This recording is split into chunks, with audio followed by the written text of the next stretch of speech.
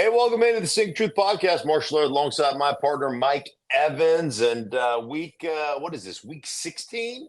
Week 16, we're about to kick that thing off. Thursday night, it starts up. Michael, how are you, buddy? I'm doing good. How are you doing? I'm doing great. Doing great Yeah. in New York City still. Got another couple of days here in New York before I take off. Head to Atlanta to call the Colts versus the Falcons game. Well, we'll get to that game here in a little bit, but we got some really, really juicy matchups. And I know at this point of the season, I'm supposed to probably throw in the obligatory, could this be a potential Super Bowl preview? San Francisco and Baltimore. Well, I do think obviously these are two best teams in the National Football League. I think there's a couple of AFC teams that you would look at and say, well, they've got, their Kansas City is right there, the Miami Dolphins, or they, but I think Baltimore has moved themselves up kind of a notch. And so I think it's San Fran, and then I think it's in the AFC Baltimore. It'll be a really interesting matchup. One of the things that's really interesting to me, in regards to the 49ers, is that when you're defending Lamar, and this was what makes Lamar, it's funny because I've heard people, talk to me about MVP and Brock Purdy versus Lamar Jackson. And I've heard a lot of people that are like, oh, well, Lamar Jackson can't be the MVP. His statistics aren't good enough. They're just not, like statistically, he's nowhere close to, to Brock Purdy or to Dak before Dak had that slip up last week against the Buffalo Bills. And so, statistically, there's no way you could put them in the same category. And that's where I would tell you that analytics is bullshit and quit looking at it. God, you hate analytics. Well, I mean, I just think statistically, you would look at things statistically and you would say, well, this is not, he doesn't match up statistically. You got to use your eyeballs, right? I mean, he's lost a couple of running backs. He's lost his all-star tight end, and yet he continues to make plays that set him apart. He continues to do things athletically that other people can't do. So it's not only his ability to run, but his ability to hold on to the football and make people miss while he's in the pocket for 6-7 seconds and find a receiver downfield and deliver an absolute dime to that receiver. Like, those things matter. Those things are what set the Baltimore Ravens apart. You can defend them perfectly. You can have the perfect defense called, and everybody can play the perfect leverage, and you can take the receivers out, and you can take the running backs out, and you can do all those things, and Lamar can scramble around, make four guys miss, hold on to the ball for 8 seconds, find somebody down the football field, and deliver a ball for a touchdown. Now, I'm sorry. I'm just saying, is that in and of itself, is that the definition of most valuable player? So forget about, oh, well, he doesn't have as many touchdown passes or too many, whatever. It just is. It's just, to me, you've got to at some point take some of the analytics out. I'm not saying take it all out, but at some point look at what he means to his football team. And so it could be, a matchup of, it could be a matchup of the two front runners or three front runners of the MVP conversation. Put Christian McCaffrey in there, and we are such prisoners of the moment. Whoever plays the best in this particular game probably elevates themselves in the standings in the voting of MVP conversation. Now, when it comes to Lamar, one thing that you have criticized him for over the years is just his ability as a passer, just as a operate from the pocket, dominate from the pocket passer. Have you seen strides? Have you seen improvements in that part of his game? Yeah, I have. I mean, I haven't, I haven't done one of his games, so I haven't dug into the tape like I would dig into the tape if I was calling one of his games. And one of the issues that I would always talk about was, hey, listen, the way they run the football and the way they're constructed, they're getting a lot of one-on-one looks, and he's delivering the football with those one-on-one looks. And like, you're not playing necessarily against as much zone or as much coverage stuff that you would get if you played a more traditional style of offense. I think they've morphed. They still run the ball exceptionally well, but I think they've morphed more into more of a traditional style. And when you watch him, like just the release, the quickness of the release, some of the layered routes, some of the there's no question that he has advanced and he's grown in that offense. So again, I haven't dug into a ton of like, let me go hardcore into the tape and see what coverages they're getting and how he's throwing against 4 versus 2 versus invert 2 versus I haven't gone that deep, but what I have seen, and I've seen a lot, I would say that definitely he has grown as a passer. Should be a good one. San Francisco and Baltimore. The Dallas-Miami game to me is fascinating because you and I have had this conversation on the Stinkin Truth podcast that I believe that Miami and Dallas, they're mirror images of each other in the NFC and AFC. They're the same exact team. They look awesome. They're dominant at home, but there's something about them that you just can't completely trust. Yeah. And now we got these two teams squaring off against each other. Have you got a chance, by the way, to watch any of the Hard Knock stuff? Some of it, yep. So Mike McDaniels comes out after they lose that game to the Tennessee Titans, stands in front of the team meeting, and basically like takes like the slings and arrows.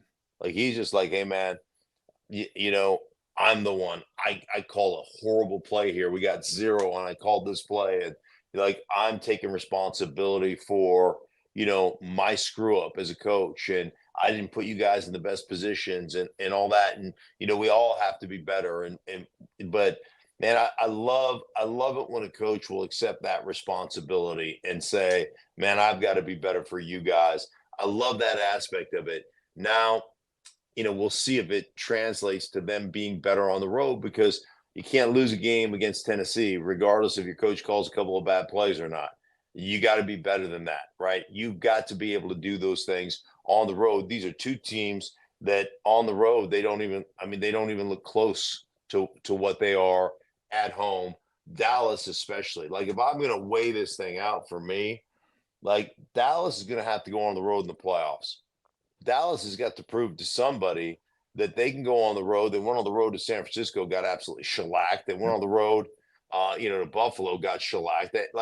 They have got to prove that they can go on the road, and maybe not even to me or to you or to anybody out there, maybe to themselves. They've got to go out there on the road and prove to themselves, or prove to themselves that they can compete while they're on the road. So, listen, Miami playing at home, Miami dynamic on the offensive side of the ball, all those different things. I think for me, is a far more prove it nature of this game goes to the Dallas Cowboys than it does to the Miami Dolphins. I don't know what you think, but that's kind of where I'm at. Well, yeah, I would think certainly Dallas, because Miami's at home. Miami's already proven that they can be dominant at home for the most part. Miami will have other games to show that they can get past the perception that they're weak-minded and they can't perform on the road. I want to go back to what you were just saying there about Mike McDaniel. I get it. It's cool that a coach is willing to fall on the sword and all that, but at what point do the players have to be held accountable? Come on, let's be honest. The players carry most of the blame for losing that game. McDaniel's trying to do the right thing and all that. Right. But how do you make sure that the coach can get up there in front of the team and say, hey, my bad, I should have done this, I should have done that, but yet also making sure that the players understand you screwed up here in many, many ways. Yeah, well, I think he does the same thing. I think he takes responsibility, but then he also shows the film of, man, this is a play that's got to be made. This is a play like, you're trying to do more than your job, and these are the things that eventually cost you football games. So I think you hold all those guys accountable, but I will just tell you from my own experience. With Joe Gibbs. Joe Gibbs would always stand in front of the podium right after a game and be like, hey, man, this loss is 100% on me. I didn't get my coaches prepared. My coaches didn't get my players prepared. That's a failure of coaching, but we'll rectify that. And then, come Monday when we sat down and watched the film, he had already taken his responsibility for that. Now let's go look at what we didn't do well. Let's go look at what we need to clean up. And he was good about saying, hey, man, ultimately in this situation, I should call something different or I should go in a different direction.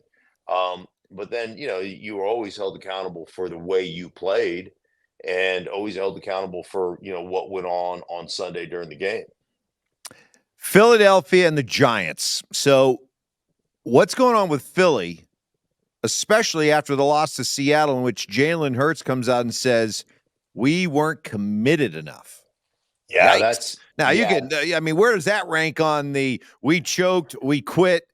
Where does we're not committed enough come in on the totem pole? I'm not sure obviously that word there's ambiguity in that word. Like you can parse it a bunch of different ways. What does that mean? Like, did we not study enough? Did we not, are we not calling the right plays to put us in a position? Are we not running the ball enough? Like, what exactly do you mean by we're not committed enough? Because on its surface, it does sound harsh. And, and I feel like he thinks it's harsh. I feel like he's pointing the finger at everybody, including himself, saying we've got to all be better. And is that one of those things that you all respond to? You all look at everyone on the team looks at themselves critically and says, you know what? He's right. We're not doing this enough. Did the coaches actually look at themselves and say, you know what? We got to be better. We've got to be better than we've been. I don't know. I don't know exactly what that means, but I will tell you this. Like, I think this is by design. So if I was to say, hey, here's Philly in a nutshell. Like if you look at them defensively in every kind of discernible category, just about, I think they're all like ranked 27th, 26th, 25th, 28th, whatever it is. And no excuses, but there's always some reasons for those things. But I think one of the biggest things about Philly is you have not run the ball well. Why have you not run the ball well? Because you've got one of the biggest, most dominant, most athletic offensive lines in football. I think you have not run the ball well because you have taken what you do as an offense and morphed into more of a drop back offensive football team. Now, with that said, Jalen Hurts is ranked, I think, third in completion percentage from the pocket. Mm-hmm. So he's done it. He's that was the big criticism before last year is, can he win from the pocket? Well, he's proven that he can. I think he's been banged up. I think he's had a knee that's bothered him most of the season. So I understand the kind of thought process of saying we're going to morph into more of a drop back offense because the sustainability of the offense that we run, where the quarterback has to run so much, that's not sustainable, and we're going to end up getting guys injured. We're going to end up getting our franchise quarterback, who we just spent a ton of money on, injured. Okay, so I understand the kind of mental thought process to get yourself to this point. But don't at some point you go back and say, we got to get back to what we were and what got us to a world championship last year, albeit a loss. And that means what? That means more quarterback design runs, more of the the RPO stuff and the read zone, where you flag that defensive end and you either pull the ball and run around or you hand it to the running back. Like, don't we have to get back to doing more of that?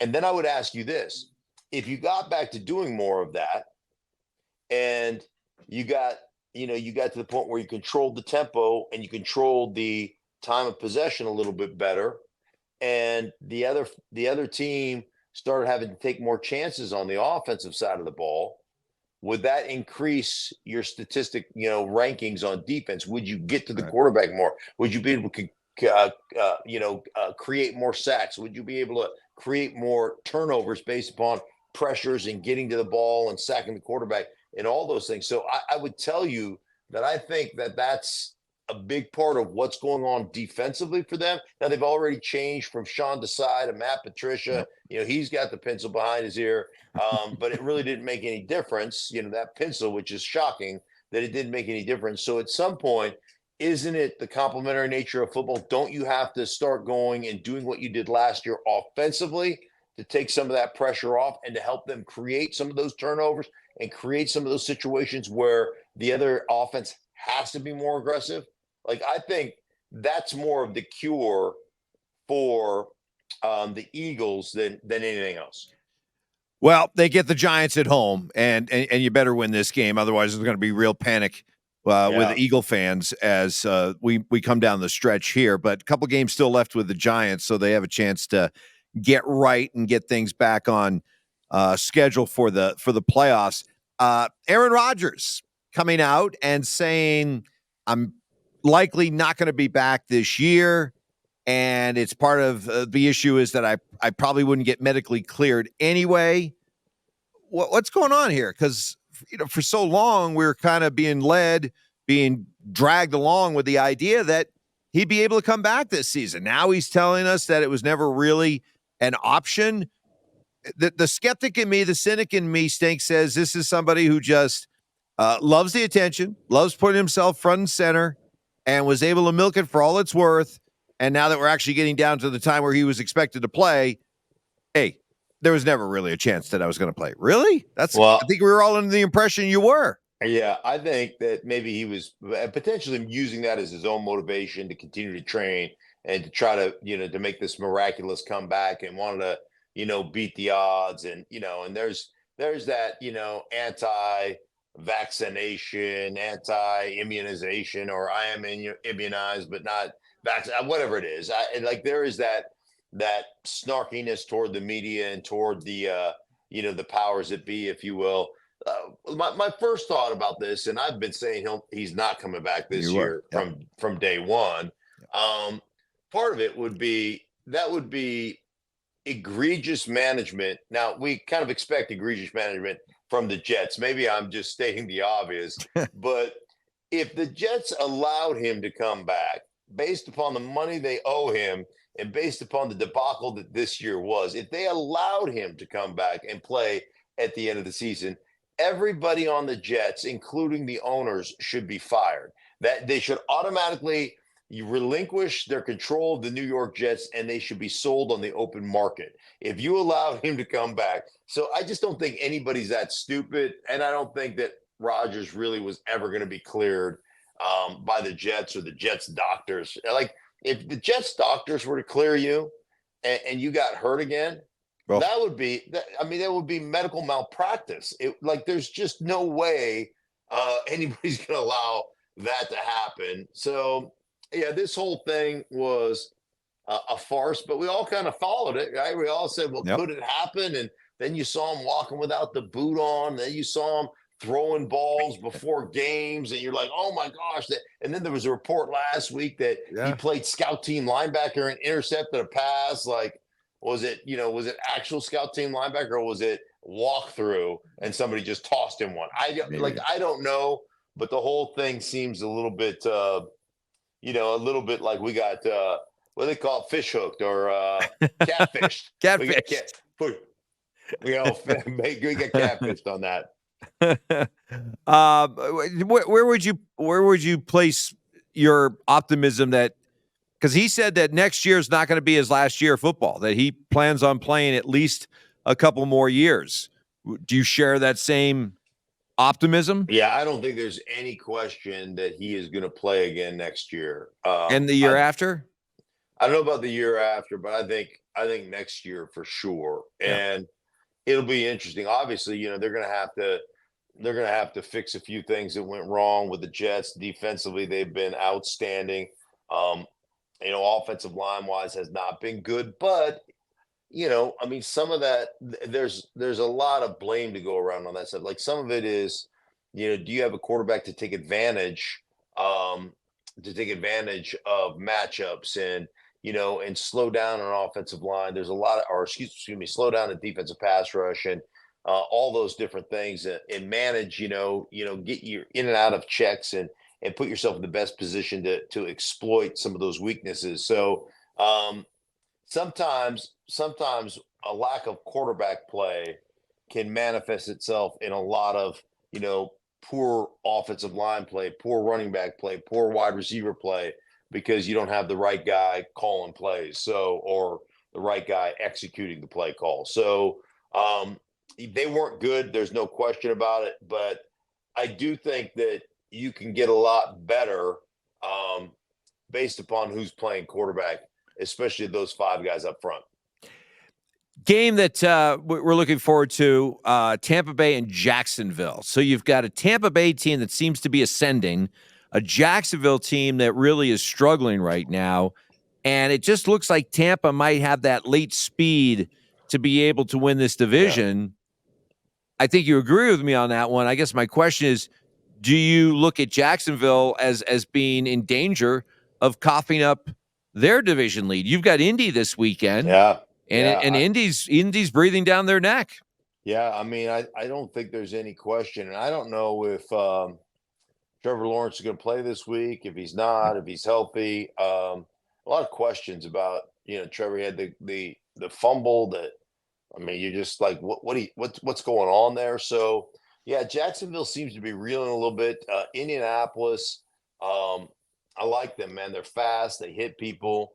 They scramble around on defense. They're probably not ranked very good in several categories, but boy, they play hard. They get to the quarterback. They create sacks. Um, you know, Zaire Franklin, I think, leads the league in tackles, and they got, I think, 13 different guys who have gotten to the quarterback. Gotten a hit or a sack on the quarterback. So they've got some players, Mike. And I could see them. Right now. It's a 3-way tie for first place, I believe, in that division with Jacksonville, with Houston, and with Indianapolis. But I could see Indianapolis coming out of this thing on top. Yeah, really, really interesting. Back to the Tampa thing. Early in I had them early in the season. Then I had Tampa following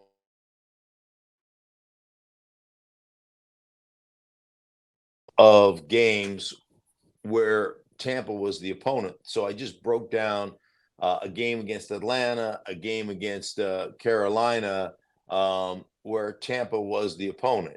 So I've watched the last 2 weeks of Tampa playing, and where they are now compared with where they were early in the season. They are running the ball really well. They've got commitment to running the ball. I think Dave Canales has done a good job of basically figuring out what they could do well, and has really stuck to that. And it's opened up some of the play action stuff. It's opened up some of the other things that they've married really well together. And then I'll just say this about Baker. Watching Baker Mayfield, there are some times when, like, you watch him and it's, I don't want to call it lackadaisical, but there is, there's not the same sense of there's not as much accuracy. There's not as much,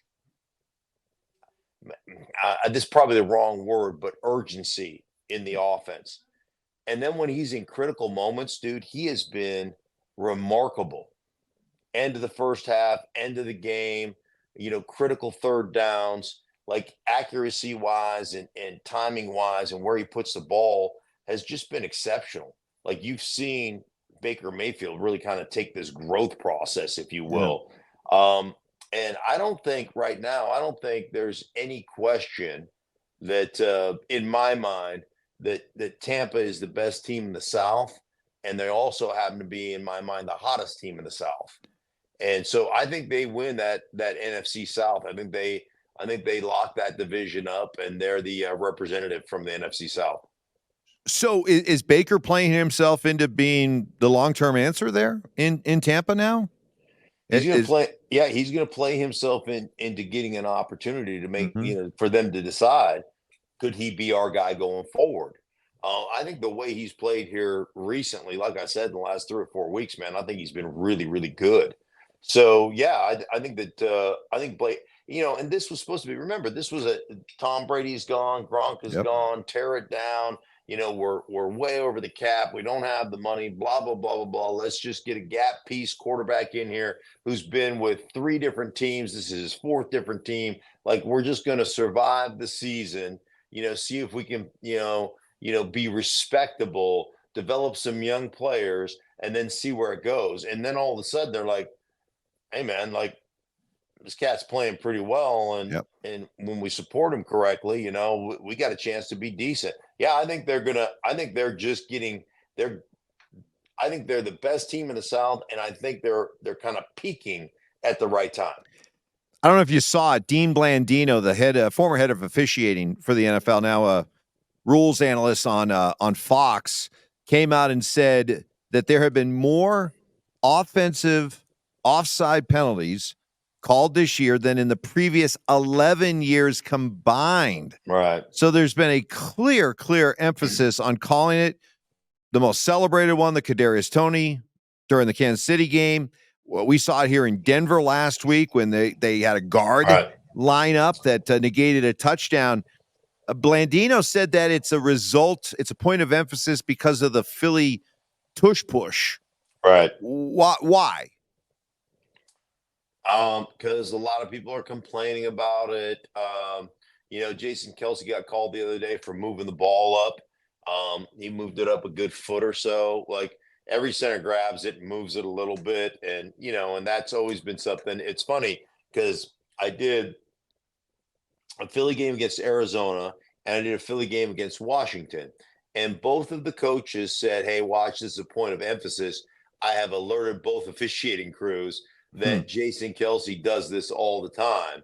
And, he's cheating, essentially gaining 6 inches or 8 inches of real estate on 3rd and 1 or 4th and 1 situations. And so this has been a point of emphasis, but I'm not sure why, like people are like, it's unfair and nobody can defend it, but nobody else seems to be able to run it the same. Right. And ultimately, a lot of people want it banned, right? But the NFL is interesting that way. Like you can't pull a guy across the line of scrimmage, right? If you on offense, you can't pull a guy but you can push him. Right. Like and so, but you can't do that on the defensive side. You can't use one guy as a battering ram and push another guy through on short yard. Like, so if the defense lined up, Mike, and let's say, okay, we line up and our linebackers line up with their hands on the butt of the defensive lineman and they try to shove the defensive line, that would be a foul. You couldn't do that on the defensive, but yet you can do that on the offensive side. Right. So they've got some, I don't know. There's some, here's what it boils down to. Defensive players are dumb and we don't care about them. And offensive players are smart and we like them. That's basically the theory behind the way the NFL operates. You ready for our picks? You opened up a little bit of a distance on me last week. I did. I went 3-0. You went 1-2. Yeah. Therefore, I am. I think I'm 2.5. 2.5 game lead over me. I don't have it sitting in front of me, but I think I am. I think I'm like 23-16-1, and you're not. So it's something of that nature. Let's say I'm much better than you is what I'm trying to say, and it's pretty much. If you'd like to concede, I will accept. No, I will accept you waving the white flag, and we can start over again. But you're okay. All right. You haven't clinched yet. So keep talking there, big guy. Go ahead. You go first. All right. I will give you my picks. I've got the Bengals over the Steelers -2. I'm taking the Bengals. I've got the Lions over Minnesota -3. Taking the Lions. And I'm taking the Rams over the Saints -4. So 2, 3, 4 is my spread there. So there you go. That feels like at least a 2-1, maybe a 3-0. We don't know for sure yet, but that's where I'm going. Well, I'll counter by taking the team that I'm always shocked if you don't pick them, is that San Francisco. I'll take the 49ers on the road. I mean, at home.